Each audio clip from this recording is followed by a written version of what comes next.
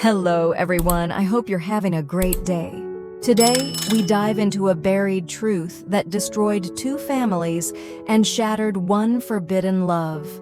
What if the man you call father built his success on betrayal, and the woman you love is the key to a secret no one dared to name? Stay with us as we uncover what Mr. Hoan has been hiding all these years. And if you find this story compelling, don't forget to subscribe so you won't miss what comes next. James did not come to see John as an enemy anymore.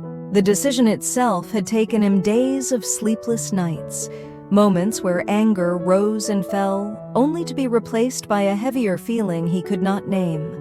When he finally stood before John, there was no threat in his posture, no arrogance in his eyes, only a quiet tension carried in his shoulders as if he were holding back a storm. He stated his purpose calmly, making it clear that he was not there to provoke, to accuse, or to settle scores. He was there because the past had begun to rot inside him, because the shadow of his father had grown too long, and because silence had become more frightening than any truth John might reveal. John did not welcome him. His body remained angled away, his gaze sharp and guarded, reading James as one reads a familiar lie. To John, James looked like someone who had lived comfortably for too long and had only now decided to touch the dirt beneath his feet. There was bitterness in the air, a kind that did not need shouting to be felt. When John spoke, his words carried a faint mockery, not loud, not dramatic, but precise enough to cut, suggesting that James was merely playing the role of a confused son, pretending to suffer while still standing on stolen ground. The space between them felt heavy, filled with years of resentment that refused to settle. James did not respond immediately. He understood that any defense of himself would only deepen the divide. Instead, he asked directly about his father, about Mr. Hoan, about the past that had never been spoken aloud in his home. His voice was controlled, but the restraint revealed how much effort it took for him not to raise it. He asked not as a son defending a parent, but as a man demanding to know what kind of man had raised him. That question lingered longer than any accusation could have. John's expression shifted, almost imperceptibly, as if the door he had sealed for years had been knocked upon in exactly the right place. He did not answer right away. There was a pause, long enough for James to wonder if he had misjudged everything. Then John let out a short, humorless breath and said that James truly knew nothing about his own father. What followed was not an outburst, but a slow, deliberate recounting, as though John had repeated this story countless times in his head, but had never allowed it to leave his mouth. He spoke of a time when Mr. Hoan and John's father were inseparable, when they were both poor, both hungry, both standing at the same starting line with nothing but ambition and trust between them. They had built a small woodworking shop together, a place that smelled of raw timber and sweat, where days blurred into nights, and the idea of success was still distant enough to feel pure. They worked side by side, shared meals, shared failures, and spoke of the future as if it belonged equally to both of them. John emphasized how deeply his father trusted Mr. Hoan, not as a partner, but as a brother. There were no contracts at first, no formal divisions, only handshakes and promises spoken over sawdust-covered floors. As the workshop began to grow, so did its reputation. Orders increased, machines were added, workers were hired, and the small operation slowly transformed into something that demanded structure. Mr. Hoan naturally took charge of paperwork and finances, presenting himself as the one who understood numbers, legalities, and expansion strategies. John's father focused on production, on craftsmanship, on maintaining quality, never questioning the documents placed before him because the person presenting them was someone he trusted with his life. According to John, that trust was the foundation of everything that followed. As profits rose and the business expanded, Mr. Hoan proposed reorganizing ownership to attract investors and secure larger contracts. He framed it as a necessary step, a formality that would protect them both. John's father, unfamiliar with legal language and unwilling to doubt a friend, signed where he was told to sign. John described this moment not as an act of force, but as a quiet betrayal, one that required patience rather than violence. At the time, nothing seemed wrong. The workshop continued operating, the orders kept coming, and life appeared stable. It was only later that the truth surfaced, piece by piece, revealing that ownership had shifted entirely, that debts had accumulated under John's father's name, and that the company they had built together no longer belonged to him at all. John's tone remained controlled as he spoke, but beneath it lay a lifetime of restrained anger. He made it clear that his father had not been tricked once, but dismantled slowly, legally, and irreversibly by someone he had trusted without question. James listened without interruption, feeling something inside him fracture as the image of his father as a righteous, self-made man began to collapse under the weight of John's words. The room felt smaller, the air heavier, and James realized that the question he had come to ask had already been answered in ways he was not prepared to accept. Yet the story was far from finished, and both men knew that what had been spoken was only the beginning of a much darker truth.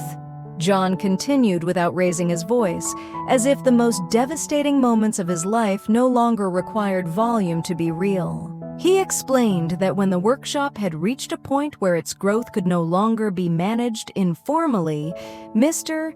Hoan began to speak about restructuring, about attracting outside capital, about preparing the business for a larger future that neither of them could handle alone. The words sounded reasonable, even responsible. He presented stacks of documents to John's father, describing them as temporary adjustments, legal necessities that would allow the company to expand without risk. According to John, there was no argument, no pressure, no dramatic confrontation. His father trusted the man he had built everything with. He signed because the papers were placed before him by someone he believed would never harm him. He did not read carefully, not because he was careless, but because he never imagined that betrayal would come disguised as cooperation. John made it clear that this was the most painful part of the story, not the loss itself, but the absence of force. No one had held his father's hand. No one had threatened him. There was only deception, executed patiently and cleanly. After the signatures were placed, life continued as if nothing had changed. The machines kept running, the workers kept showing up, and the workshop kept producing furniture that carried both men's sweat in its grain. It was only when financial statements arrived, when creditors appeared unexpectedly, and when authority within the company quietly shifted that his father realized what had happened. Ownership had been transferred entirely to Mr. Hoan. The workshop, the land, the equipment, everything they had built together now legally belonged to one man. John described the moment his father understood the truth as a silent collapse rather than an explosion. There was no shouting, no immediate confrontation, only disbelief followed by a shame so deep it swallowed his ability to respond.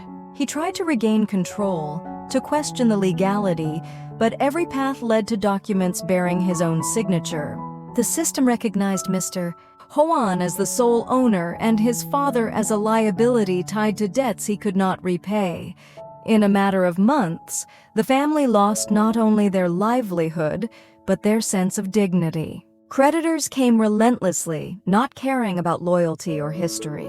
Their home was threatened, their belongings sold off piece by piece, and the man who had once been proud of his craft became a shadow of himself. John spoke of his father's gradual deterioration, how the weight of betrayal ate away at him more violently than poverty ever could. He blamed himself for trusting too easily, for failing his family, for not protecting the future he had promised his son. That guilt became a constant presence in their household, heavier than hunger, louder than fear. John grew up watching his father withdraw from the world, carrying the label of a man who had been outsmarted, a man who had lost everything because he believed too deeply in friendship. Poverty was not the hardest part of John's childhood. It was the knowledge that their suffering had been engineered, planned, and executed by someone who had once sat at their table.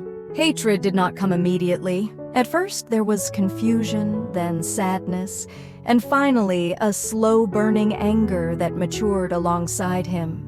When John spoke of revenge, he did not romanticize it. He stated plainly that his actions were never about reclaiming money or restoring status. They were about answering destruction with destruction, about making the man who had caused his family's collapse feel the same helplessness. He emphasized that his target was never James as an individual. James was simply part of the family that represented everything John's family had lost. He admitted that what he had done was wrong, that it had hurt people who were not directly responsible, but he refused to deny that it felt inevitable. To John, revenge was not a choice, but a consequence, a path carved by years of unresolved injustice.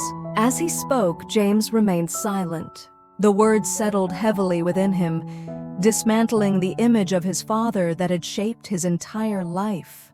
He could not argue, could not defend, because every instinctive justification crumbled under the weight of John's account. He felt torn between the man who had raised him and the truth that now stood before him, demanding acknowledgement. For the first time, James questioned whether loyalty to blood could coexist with loyalty to what was right. The room seemed to hold its breath as he processed the realization that the foundation of his family's success might have been built on another family's ruin, and that the father he had long struggled to understand might not have been the victim he believed, but the origin of a cycle of suffering that neither of them had yet escaped. John did not continue immediately after James fell silent, as if he were measuring whether the truth still had somewhere to land, and when he finally spoke again, his tone shifted subtly, not softer but heavier, carrying something that went beyond business, beyond money, beyond revenge. Almost as an aside, as if recalling an old, uncomfortable memory, John mentioned that his father had once remarked that Tu Diep looked strikingly similar to her mother, a resemblance so strong that it had unsettled him at the time. The way John said it made the detail feel deceptively small. Yet the moment the name was spoken, James reacted before he could control himself, his posture stiffening, his attention snapping fully back into the room, because this was no longer about contracts or betrayal, but about the one person whose existence had already fractured his relationship with his father. John noticed immediately. He watched James closely and continued, explaining that this comment had not been made casually. According to his father, the resemblance was not only physical, but carried a familiarity that suggested memory rather than coincidence, something recognized rather than observed. John recalled how his father had gone quiet after saying it, as if realizing he had revealed more than he intended. At the time, John had been too young to understand the weight of that observation, but years later, when he began piecing together fragments of conversations, silences, and unfinished sentences, that memory returned with unsettling clarity. He told James that his father had hinted, never directly but consistently enough to leave an impression, that the relationship between Mr. Hoan Tu Diep's mother and John's father himself had not been limited to business. There were moments, according to those hints, when the boundaries between partnership, friendship, and something more personal had blurred. John emphasized that no one had ever spoken plainly about it. There were no confessions, no definitive statements, only suggestions wrapped in caution and regret. His father had once implied that choices made during that period were complicated, driven by emotions as much as ambition, and that those choices had consequences that extended far beyond the collapse of the workshop. John admitted that he never learned the full truth, because his father eventually stopped talking about that time altogether, as if even acknowledging it carried too much risk.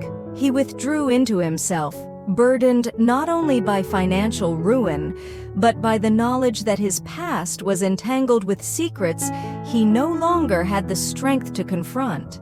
John looked directly at James as he spoke, making it clear that what followed was not speculation, but a conclusion drawn from years of resentment and observation. He said that Mr.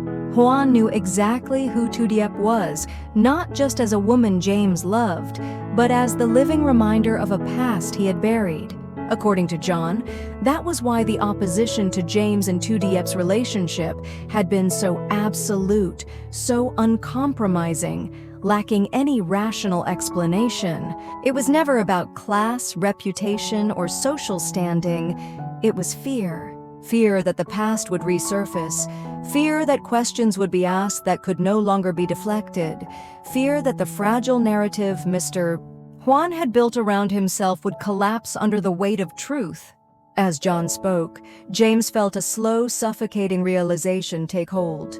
He remembered his father's rigid resistance, the way conversation shut down abruptly whenever Tu Diep was mentioned, the absence of clear reasons disguised as authority. What James had once interpreted as stubbornness or control now appeared as panic.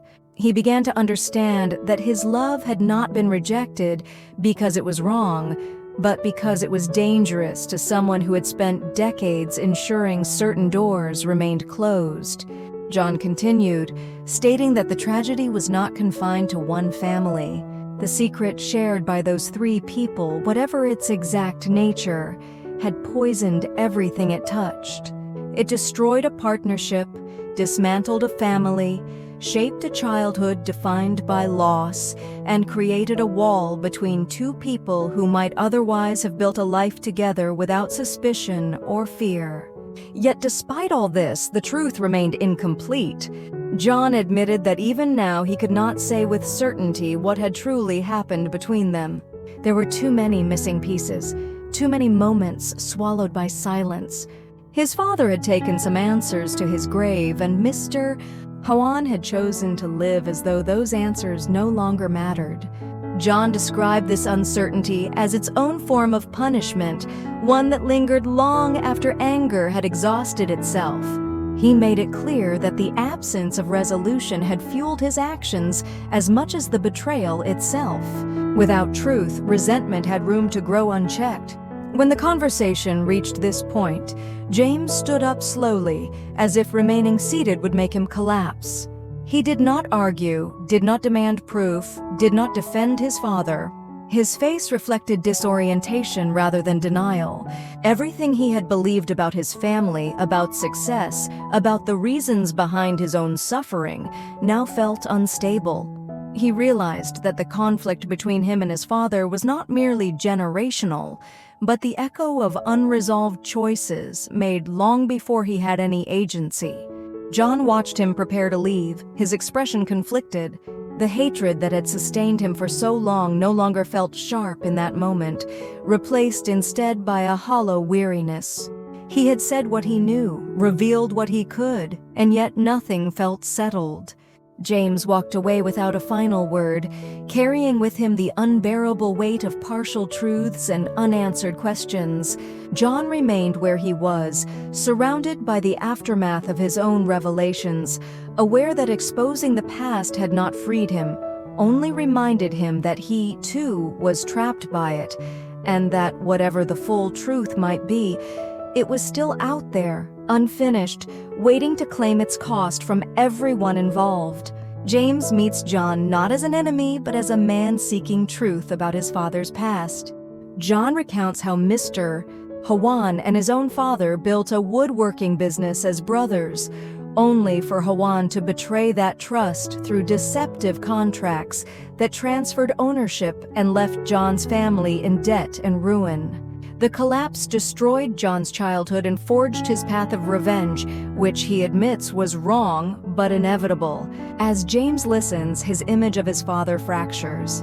John then reveals a deeper secret. Tu Diep's resemblance to her mother and hints of a tangled, possibly intimate past linking Mr.